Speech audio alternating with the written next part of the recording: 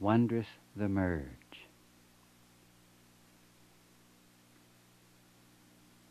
Had my soul tottered off to sleep, taking my potency with it? Had they both retired before I could, leaving me a classroom somnambulist?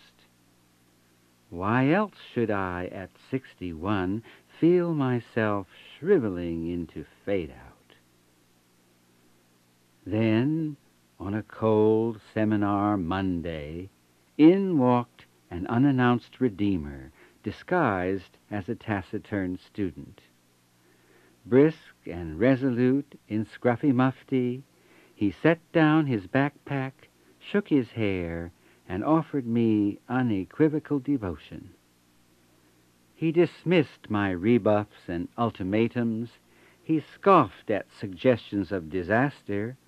He insisted he had been given authority to provide my future happiness.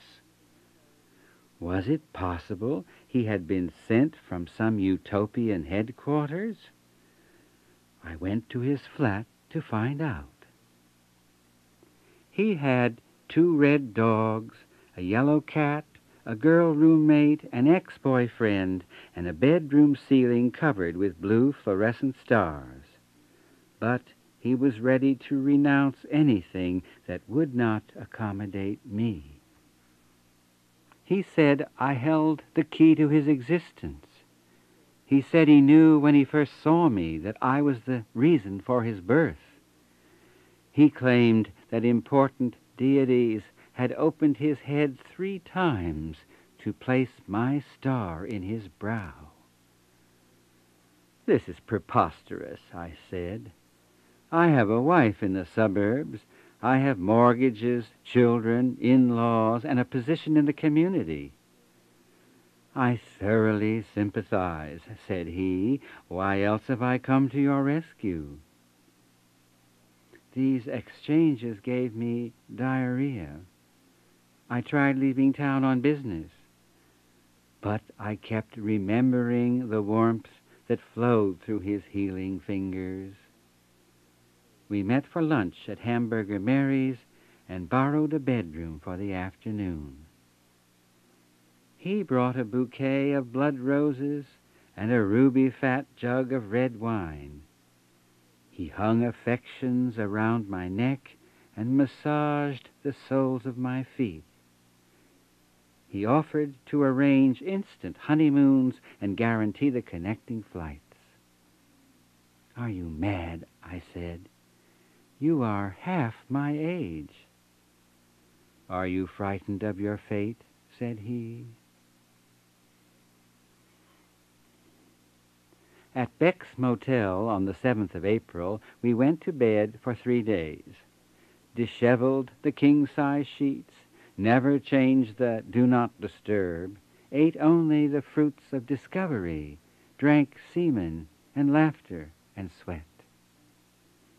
He seasoned my mouth, sweetened my neck, coddled my nipple, nuzzled my belly, groomed my groin, buffed my buttock, garnished my pubis, renovated my phallus, remodeled my torso, until I cried out, until I cried, I am, yes, I am your yes, I am your yes, yes, yes.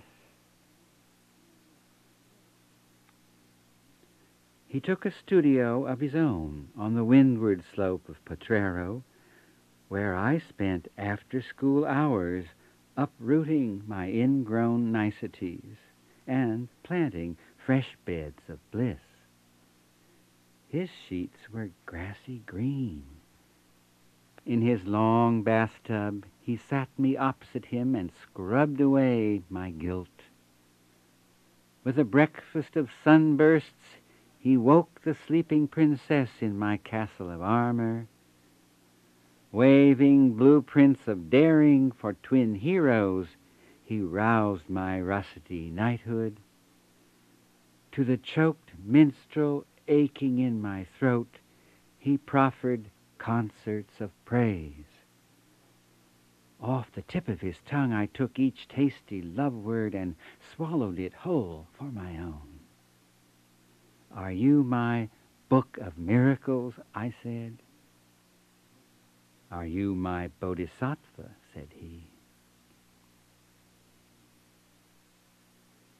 Ablaze in the thrust of creating, we scathed each other with verve, burned up our fears of forever, steamed ourselves deep in surrender, till I lay drenched under scorch, and joy cried out through my crown, Wondrous, wondrous the merge, wondrous the merge of soulmates, the surprises of recognition, wondrous the flowerings of renewal, wondrous the wings of the air clapping their happy approval.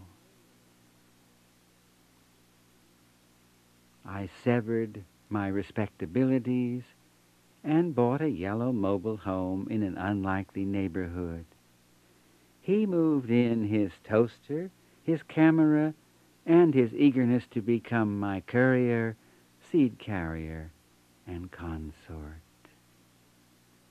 Above all, he brought the flying carpet that upholsters his boundless embrace. Year after year now, he takes me soaring out to the ecstasies of the cosmos that await all beings in love.